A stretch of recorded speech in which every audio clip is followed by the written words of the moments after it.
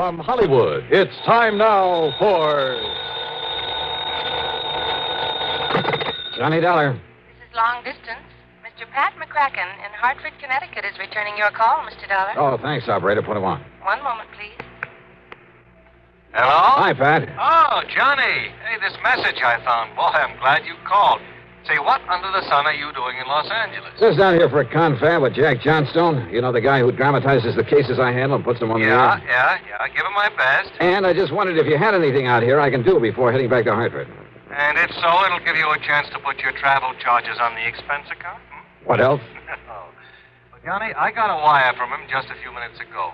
You contact Herb Schilling at the Greater Southwest Insurance Company right there in L.A. Okay, we'll do. And you can address your expense account to them. Right. Oh, Johnny? Yeah?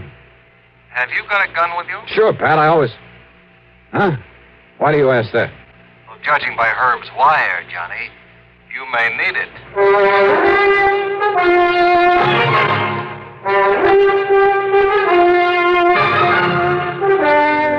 Bob Bailey in the exciting adventures of the man with the action-packed expense account. America's fabulous freelance insurance investigator. Yours truly, Johnny Dollar.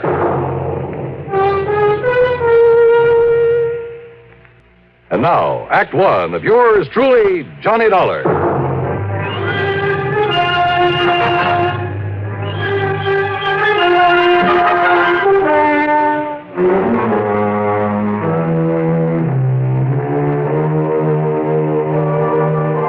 Expense account submitted by Special Investigator Johnny Dollar to the Greater Southwest Insurance Company, Los Angeles office.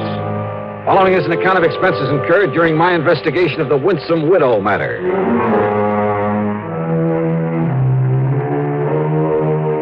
Expense account item one, $1.40 for a taxi from my hotel in West L.A. to Greater Southwest Insurance at one of those big office buildings on Wilshire Boulevard's Miracle Mile. Herb Schilling almost fell off his chair when I barged in on him.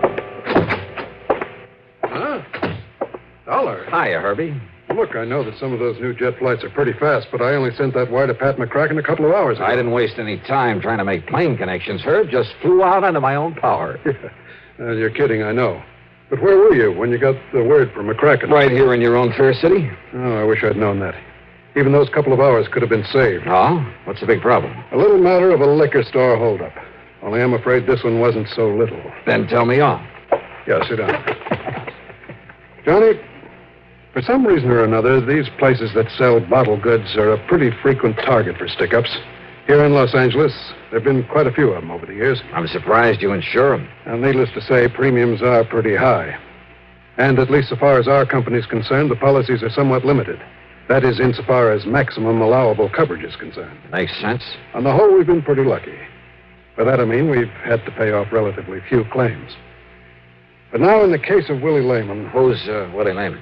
His store is out in West Los Angeles at 10921 Santa Monica Boulevard. And that's only about a mile from where I'm staying. And the old man opened up his place late in 1951. Oh? Yes, 61. Early in 1952, he had his first holdup. The bandits got away with something over $900. So he bought some insurance from us. Well, go on. Since then, there have been 7 more attempted stick-ups there. A total of 8 in as many years, huh? Yeah. Then your company must be getting a bit tired of paying off. No, because after the second time. He, know how to use it? He certainly did. He had a lot of medals from some German outfit he was in during the last war. Anyhow, he suffered no more losses. That is, until last night. Oh? How much? In money? What else? Something like over $400 out of the cash register, as nearly as the police can figure from the register slip. Well, couldn't Lehman tell you how much? No. Because you see, Johnny, he also lost his life. Oh. And I take it you wrote his life insurance, too. That's right. $30,000. I see. Look, it's a little late in the day, but you want to go out there, check with the police? Sure. I'll be in touch. Item 2, $50, deposit on a drive-your-own car. I passed up 10921 Santa Monica Boulevard and went right on out west to West L.A. Police Headquarters. There I ran down Sergeant Mike Kirby, who was covering the whole affair.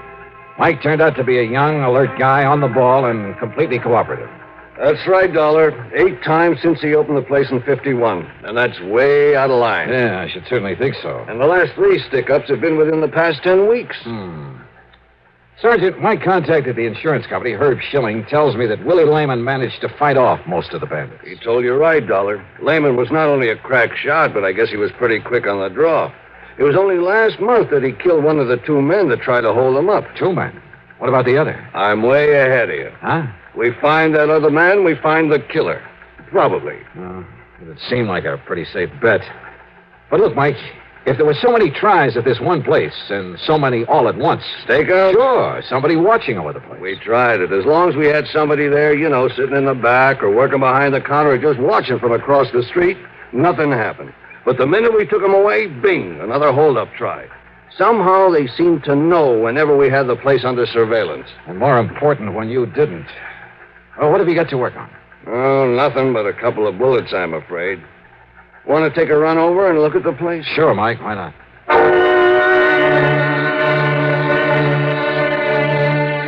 The liquor store was closed, but there were lights on in the living quarters above it. We knocked a couple of times, but got no answer, so Mike used the key that he had. He and his men had been careful to leave things as they'd been at the time of the killing. He was lying right there, Dollar, as though he'd come around the end of the counter. Uh-huh. Near that door to the back room, huh? Yeah. That door also leads upstairs to the apartment. He must have taken a couple of shots at the bandit. You see where the bottles were broken over on the shelf? Yeah. No bloodstains or anything. I guess he missed for once. But not the bandit. Caught him right in the heart, Johnny. Bullet went in at the right shoulder, then down through his heart and stopped against the lower left rib. Of course, until you get a lab report on that bullet. Huh? Well, it must be his wife. The why she didn't answer when we knocked on the door. Good evening, Mrs. Lehman. Oh, no. Are you here again? Gee, Sergeant, do you have to come around at all hours? Oops. Hold everything. Lehman had been 61, but his wife, Gloria, couldn't have been more than 30. Tall, dark, she was obviously very proud of her highly commendable figure. Yeah, and she was pretty. That is, almost. Maybe it was just a little too much makeup, especially around the eyes that she knew how to use so well. A little bell had rung in the back of my head. Yeah. And since I'd noticed a phone booth at the gas station next door, item 3, 10 cents for a call. Johnny. That's right, Herb, and I'm sorry to call you at home. That's all right, Johnny. But there's one thing I forgot to ask you about when I talked to you. Yeah, what's that? Who's the beneficiary of old man Lehman's life insurance? Why, his wife, Gloria, Johnny. Thank you, Herb Schilling.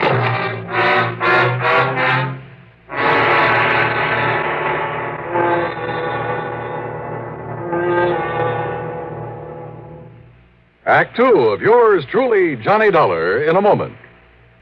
And now, Act 2 of yours truly, Johnny Dollar and the Winsome Widow matter.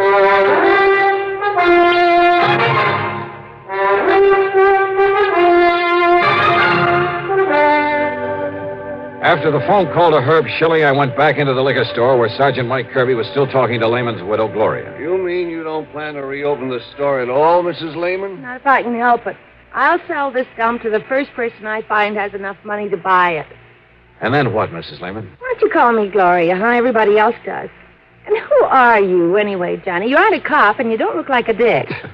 Well, thanks. Mr. Dollar's here because of the insurance involved. What, from the insurance company? That's right. Well, listen, Willie had some insurance. I know. I mean, on himself, as well as the store. I don't know how much it is, but he promised me that he'd buy some. It was your idea that he insure his life? Sure, an old guy like him. I figured he'd up and die sometime while I was still young and beautiful, so why shouldn't I let him provide something for my future, like they say? Only whoever thought he was going to die as soon as this? Whoever planned and carried out his murder? You mean somebody planned to kill him this way? Just where were you when it happened, Gloria? I was upstairs in bed, asleep. Look, I've told the cops all about it. Well, you must have heard the shooting. I'll say I did. And what did you do? I put on a robe and come running down here. Well, I see the cash register open and poor old Willie laying there. And when I see that he's dead, I phone the police. You didn't see anybody else down here? Well, by the time I got here, whoever did it was gone. You don't seem at all upset over your husband's murder. Now, you want me to put on an act? Don't you know that he was twice as old as I am? Then why did you marry him? Well, you know how it is. A chance to settle down and let somebody else support you for a change.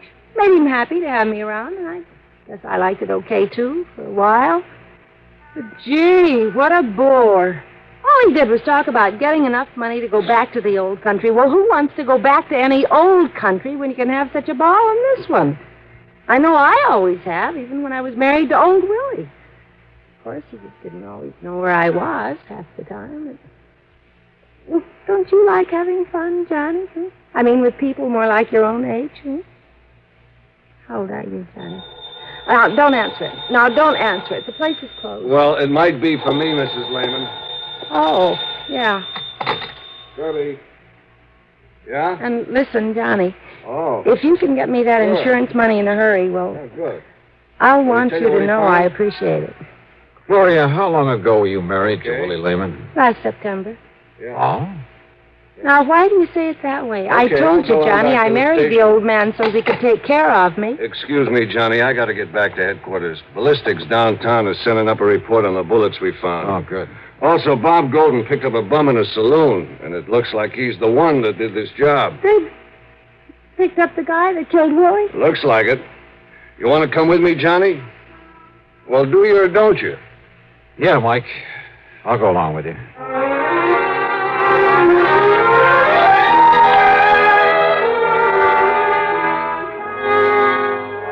I told all those other cops. I'm the guy that heisted the dough out of Lehman's Liquors last night. Then you shot and killed him, Benny. Oh, no. No, I tell you, I didn't do it.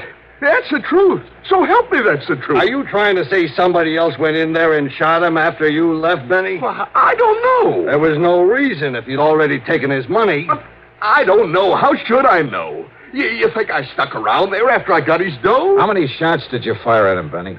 How many shots? Why, I didn't fire none. You saw that gun the cops took off of me. It was made of rubber. That's all it was. It was made of rubber.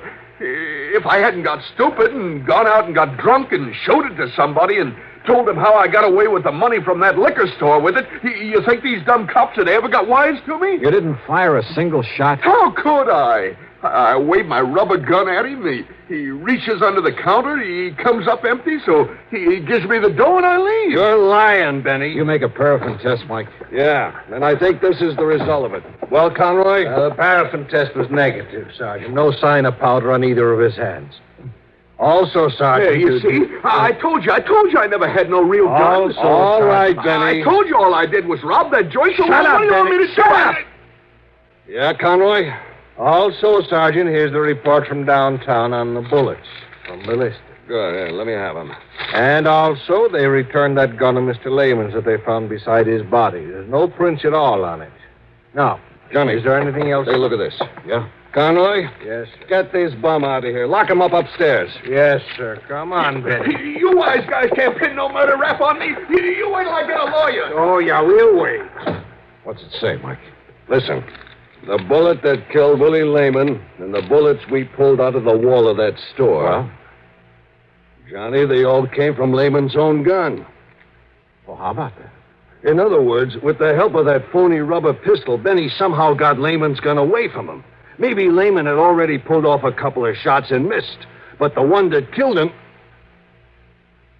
Oh, yeah. The paraffin test showed no powder on Benny's hands. Then he must have worn gloves. He must have killed Lehman. You want to bet? Then who did? Well? First, I think I'd better get some proof. Act 3 of yours truly, Johnny Dollar, in a moment. Now, Act 3 of yours truly, Johnny Dollar.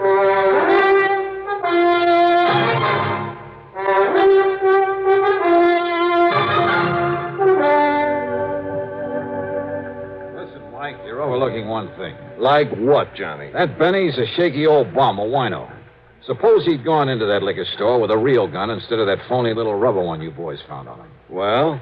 You think for a minute he could have stood up against a crack shot like you say Lehman was? Well, now, that's Of course beside... not. Now, could he get Lehman's gun away from him and kill him with it? Ever since he kept the gun in that store, not a single hold-up man has got the better of him. He even killed one of them a month ago. That's very true. All right. Now, I think I can get your killer for you. Only you have to let me get her my own way. Her, that's right. You mean Lehman's wife, Gloria? That's right. Johnny, I thought of her, too. Motive, opportunity, everything. But proof. Let me handle it my own way. But if she didn't do it... If I'm wrong, it won't be any reflection on you, on your record. Oh, I see what you mean. Okay, we'll take my car. And you gotta promise me one thing. What's that? That you'll stay outside, that you won't make any move until I ask you to, no matter what happens. Well, now, Johnny... Otherwise, you can try hauling her in yourself. But, of course, if you're wrong about her. Okay, Johnny, let's go.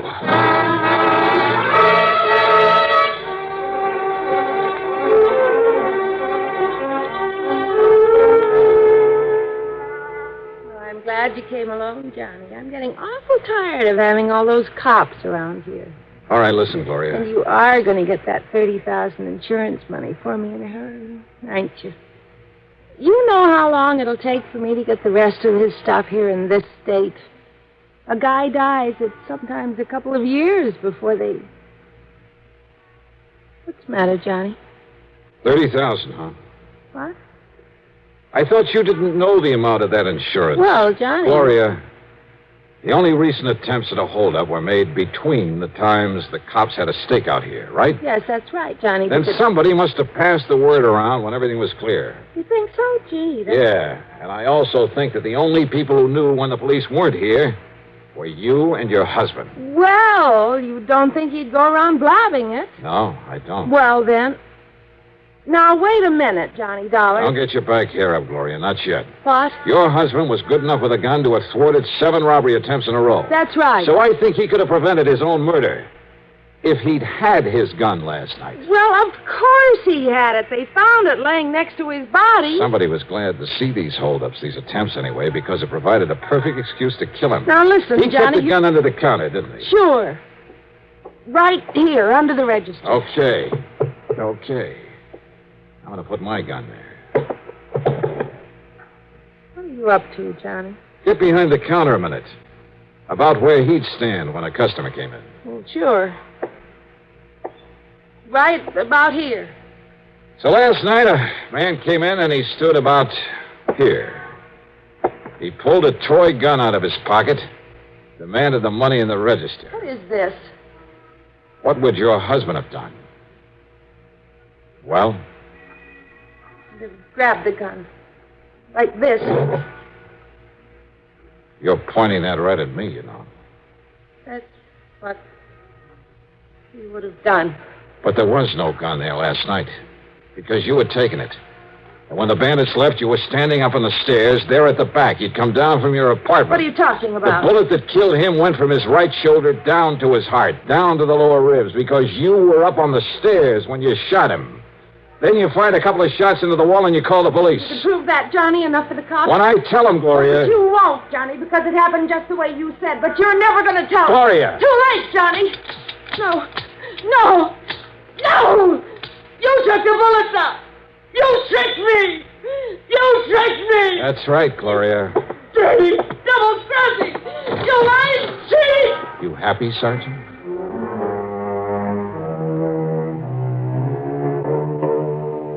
Pretty obvious, I guess, right from the beginning. But as I said, getting proof, or in this case, a confession, isn't always so easy. Anyhow, expense account total, including mileage on the rental car and the trip back to Hartford, I'll call it $250 even. Okay? Yours truly, Johnny Dollar.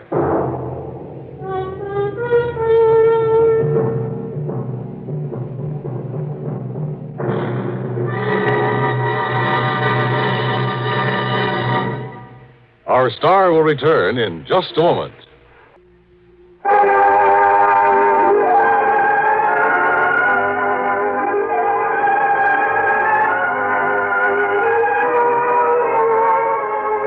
Yours truly, Johnny Dollar, is written by Jack Johnstone, produced and directed by Fred Hendrickson.